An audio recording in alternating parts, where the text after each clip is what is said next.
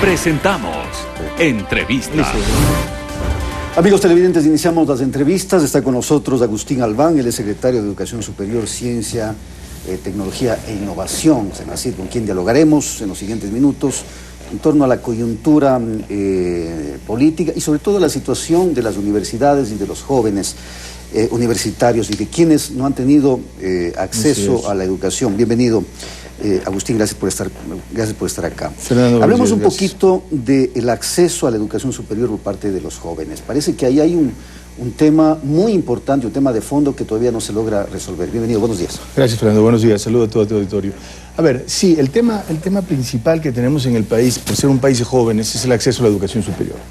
Hoy, desgraciadamente, estamos dejando fuera de la educación pública gratuita a muchos jóvenes. Y yo creo que el punto principal de las medidas económicas, de defender las medidas económicas, de defender las medidas que se han mandado a la Asamblea para reactivar el crecimiento económico, es justamente porque sin presupuestos es imposible garantizar el acceso a la educación ¿Cuántos superior? jóvenes no han podido acceder a la educación? No pueden en este momento acceder. Te voy a dar acceder. una estadística que es contundente, ¿no?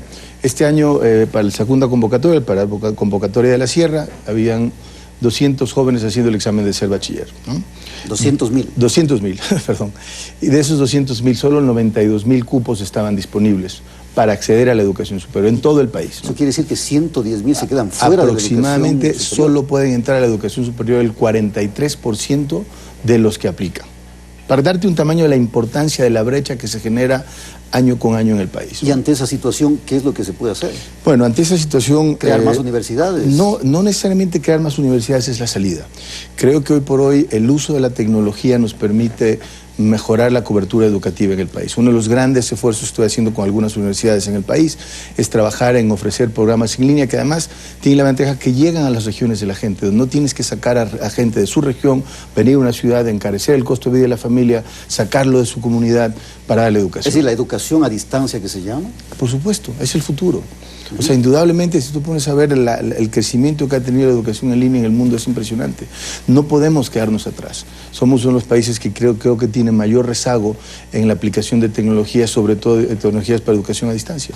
¿Y será esta situación, el hecho de que muchos jóvenes se queden fuera de la educación superior, una especie de caldo de cultivo para degenerar, o más bien, para ir a ciertas situaciones como las que vivimos en los últimos días de manifestaciones en las que muchos jóvenes participaron? Yo quiero pensar que no, porque muchos de los jóvenes que quedan fuera en la primera convocatoria vuelven a aplicar más adelante, vuelven a tomar el examen de bachiller y vuelven a aplicar. Muchos se siguen preparando, muchos buscan otras opciones laborales, muchos buscan opciones de carreras técnicas. Es decir, no creo que necesariamente sea la problemática. La problemática que generamos es una falta de acceso a oportunidades laborales bien remuneradas, y es un problema de desarrollo para el país. Es decir, un joven que no accesa a la educación superior o una educación técnico-tecnológica de relevancia es un joven que se queda sin oportunidades de empleo, por ende va a ganar menos en su vida, con lo cual es un problema de desarrollo económico para el país, de generación de riqueza y de generación de prosperidad para todos.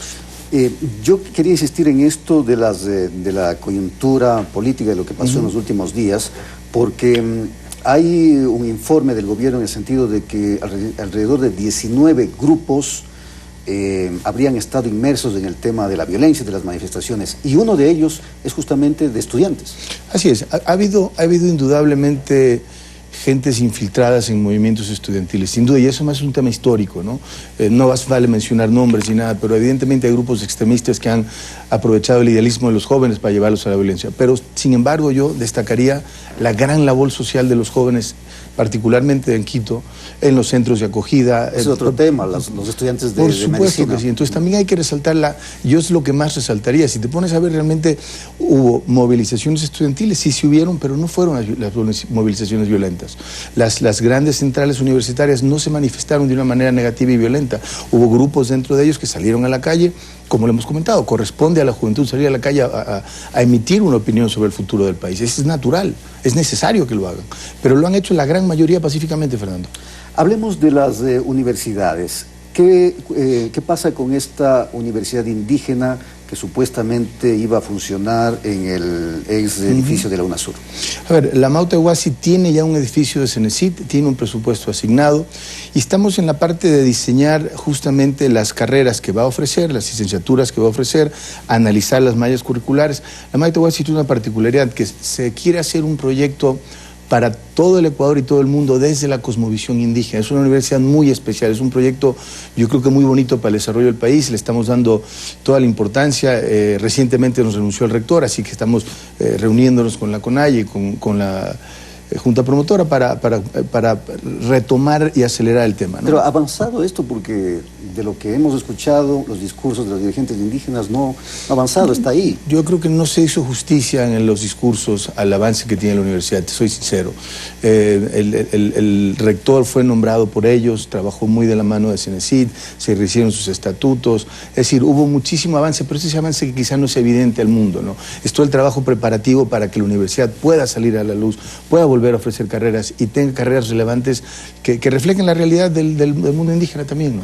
¿Y esta universidad va a funcionar en el edificio de UNASUR o no? ¿Cómo es una de las opciones que se está considerando, indudablemente es una de las opciones que se está considerando.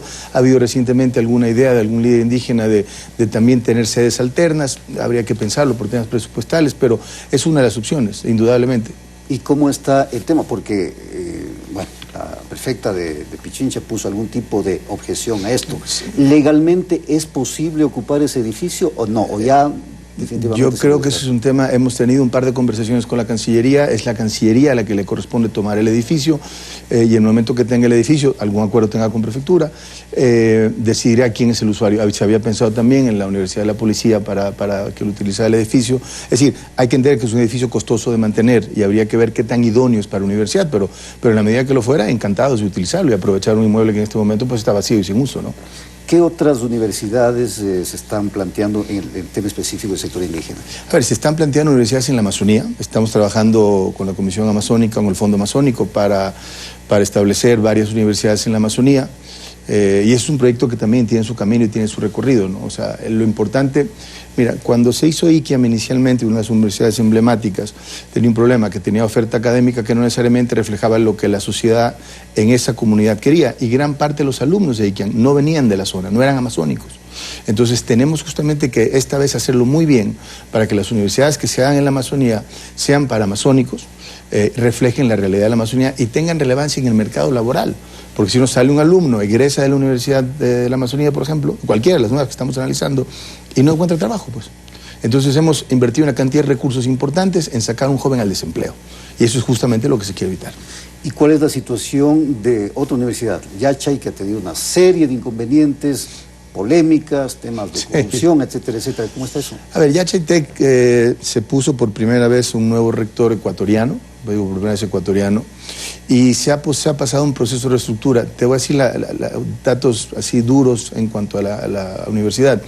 De tener un presupuesto de $60 millones, hoy opera con un presupuesto de 17, con el mismo número de alumnos.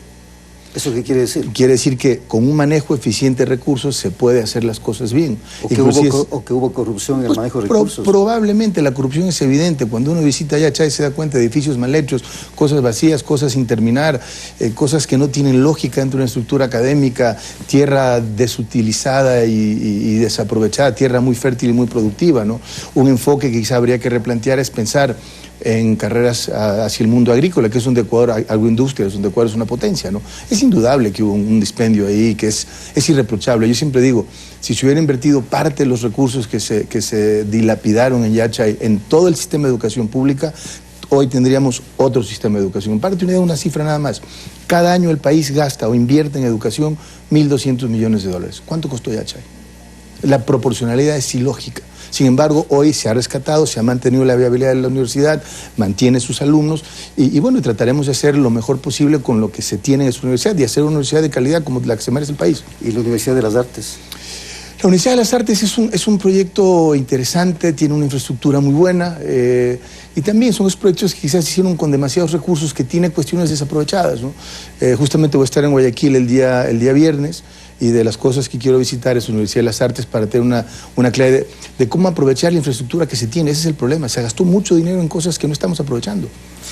Gracias, Agustín Albán, secretario de Educación Superior, Ciencia, Tecnología e Innovación. Vamos a hacer una pausa. Al volver, Javier estará entrevistando a Henry Moreno.